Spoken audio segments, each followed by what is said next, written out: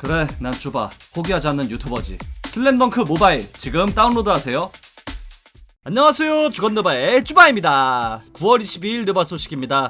1년 전 NBA의 오프시즌 흥행을 책임졌던 선수는 제임스 하든입니다. 휴스턴 로켓츠의 전술 그 자체였던 하든은 수년 동안 팀을 강화시키며 함께해온 마이크 덴토니 감독과 데릴 모리 단장이 팀을 떠난 후 트레이드 요청을 했고 훈련에도 참여하지 않는 모습을 보이며 긴 출전 시간을 포함해 철저한 훈련으로 유명했던 하든의 이미지에 금이 가게 되었고, 심지어 체중까지 늘어난 모습은 그의 실력도 의심갈 정도로 하든의 가치는 MVP 시절에 비해 조금은 떨어지게 되었습니다. 물론 이 모든 의심은 시즌 개막전이었던 포틀랜드와의 경기를 시작으로 브루클린 이적 후에도 농구 도사의 면모를 유감없이 펼침으로 인해 모두 종식된 상태입니다. 그렇다면 올해 오프시즌 흥행을 책임지고 있는 선수는 누구일까요?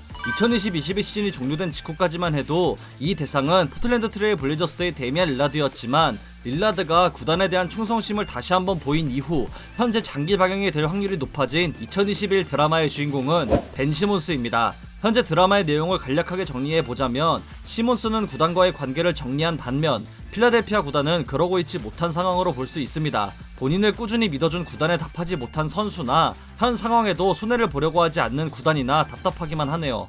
최근 영국의 스포츠 매체인 오드 체커는 시몬스가 이적한다면 가장 높은 배당을 받을 팀이 어디인지를 공개했는데요. 그들이 뽑은 시몬스의 가장 유력한 행선지는 포틀랜드 트레일 블레이저스였습니다. 릴라드의 잔류가 확실해 보여 가능성이 작다고 봤지만, 지난주 플러스 150의 배당에서 더 증가한 걸 봤을 때 여전히 CJ 맥컬럼이 포함된 거래가 가장 가능성이 크다고 보는 것 같습니다.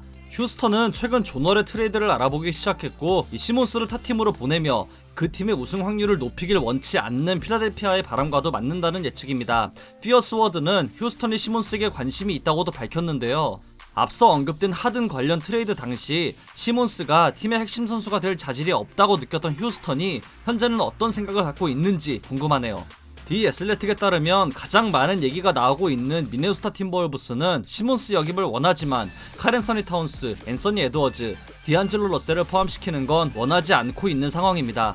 클리브랜드 캐벌리어스 역시 시몬스가 흔쾌히 수락할 거라고 예측하고 있는 상황이며, 골든스테이트 워리어스와 LA 레이커스의 경우 캘리포니아 지역으로의 이적을 원하는 시몬스의 니즈를 맞출 수는 있지만 레이커스의 경우 가능성이 없다고 봐도 무방하며, 골든스테이트는 이렇다 할 움직임을 보이고 있지 않습니다. 이외에도 토론토 랩터스, 인디애나 페이서스 등 많은 팀이 시몬스 영입을 위해 필라델피아 구단과 접촉하고 있는 상황인데요. 개막까지 약 한 달이 남은 다음 시즌 시몬스가 입고 있을 유니폼이 어디일지 다시 한번 생각해봅시다. ESPN의 팀 본템포스에 따르면 브루클린 네츠가 2주 안에 팀의 핵심 선수들인 제임스 하든과 카이리 어빙과 연장계약 논의를 진행할 걸 고대하고 있다고 합니다. 브루클린의 션 막스 단장은 구단은 두 선수와 매우 긍정적인 대화를 나눴고, 현재 선수들이 각자의 시간을 가질 수 있도록 하는 게 선수에게 얼마나 도움이 되는지 잘 알고 있기에 이를 서두르게 진행시키지 않았지만, 그렇다고 두 선수의 계약에 문제될 게 있다고 생각하진 않다는 걸 강조했습니다. 막스 단장의 말에 따르면 하든과 어빙은 모두 연장 계약에 긍정적이며 이변이 없는 한 조만간 계약이 진행될 거라는 건데요. 최근 케빈 듀란트가 먼저 계약을 맺은 가운데 내년 여름 FA 자격을 획득하는 하든과 어빙은 어떤 규모로 계약을 맺을지 지켜봐야겠습니다. JJ 레딕이 15년의 NBA 선수 생활을 끝으로 은퇴를 선언했습니다. 레딕은 본인의 인스타그램과 그가 진행하는 유튜브 채널인 The Old Man and the 3를 통해 선언문을 읽었는데요. 이렇게 오랫동안 농구를 하게 될 줄은 상상도 못했고, 지난 시즌에 접어들며 마지막 해가 되길 바라긴 했지만 어떻게 될지 몰랐는데 이제 좀 명확해졌고, 이제는 아버지가 되어야 할 시간이자 인생에 있어 다음 단계를 준비할 때라고 전했습니다. 리그 최고의 캐치앤슈터로 명성을 떨치던 레딕은 댈러스 매버릭스 소속으로 지난 5월 12일 멤피스 그리즐리스와의 경기를 끝으로 커리어를 마감하게 되었는데요. 가족과 함께 두 번째 인생을 준비할 레딕을 응원합니다.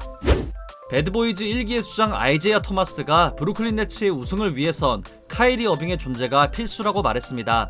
토마스는 2016년 당시 르브론 제임스가 이끄는 클리브랜드 캐벌리어스가 시즌 73승을 올린 골든스테이트 워리어스를 꺾고 우승했던 걸 언급하며, 분명 르브론은 모든 스탯에서 압도적인 기록을 보였지만 어빙이 없었다면 우승하지 못했을 거라고 말했습니다. 이는 현재의 브루클린도 마찬가지라고 했는데요. ESPN은 해당 내용을 언급한 댓글을 올렸고, SNS 고트 케빈 듀란트는 이에 팩트라는 글을 남겼습니다. 어빙의 팀 내 비중이 크고 큰 무대에서 보여주는 기량 역시 뛰어나기에 이는 당연한 말이지만 경기 외적으로 문제가 생겨서 경기에 나서지 않을 수도 있다는 가능성이 적지만 존재한다는 게 가장 큰 변수가 될 수 있겠네요. 덴버 너겟츠의 포워드 마이클 포터 주니어가 클러치 포인트와의 대화를 통해 다음 시즌 목표를 밝혔습니다. 포터 주니어는 본인의 목표는 올스타가 되는 것이며 궁극적으로는 팀의 우승이 가장 주된 목표라고 전했는데요. 팀이 우승하려면 본인의 역할이 크다고 생각하기에 높은 수준에서 승리하는 걸 이어가야 한다고 했습니다. 이어서 본인은 지난 시즌 기량 발전상 득표 3위에 올랐던 걸 언급하며 다시 한번 기량 발전상 수상 후보가 된다는 건 본인이 아직 더 발전할 수 있다는 걸 보여주는 것이기에 기량 발전상 후보에도 거론되길 원하는 마음도 비쳤습니다.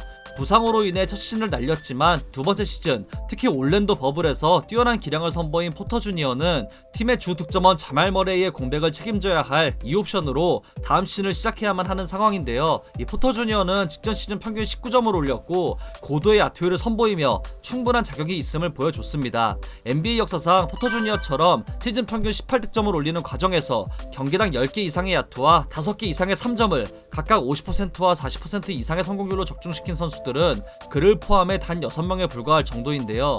약점으로 지목받는 수비와 아직은 미완성인 핸들링 부분이 개선된다면 리그 탑급 포워드로 성장할 가능성이 충분한 상황입니다. 덴버는 10월 5일 LA 클리퍼스와의 프리시즌 첫 경기를 치르고 10월 21일 지난 플레이오프 2라운드에서 수입패를 선사한 피닉스 선즈와의 원정 경기로 2021-22 시즌을 시작합니다. 인디애나 페이서스의 마일스 터너는 리그를 대표하는 다재다능한 빅맨입니다. 두 번이나 시즌 블락왕을 차지했고 지난 시즌에는 커리어 하이인 평균 3.4개의 블락을 기록했을 정도로 최고의 림 프로텍터이자 34%에 육박하는 3점 능력까지 갖춘 뛰어난 빅맨인데요. 이런 터너에게도 신인 시절이 있었고 그 역시 NBA라는 무대를 실감할 정도로 충격적이었던 순간이 있었다고 합니다. 터너는 최근 클러치 포인트의 마크 헤인즈와의 인터뷰를 통해 그 순간을 드마커스 커즌스와 처음으로 대면했을 때라고 언급했는데요.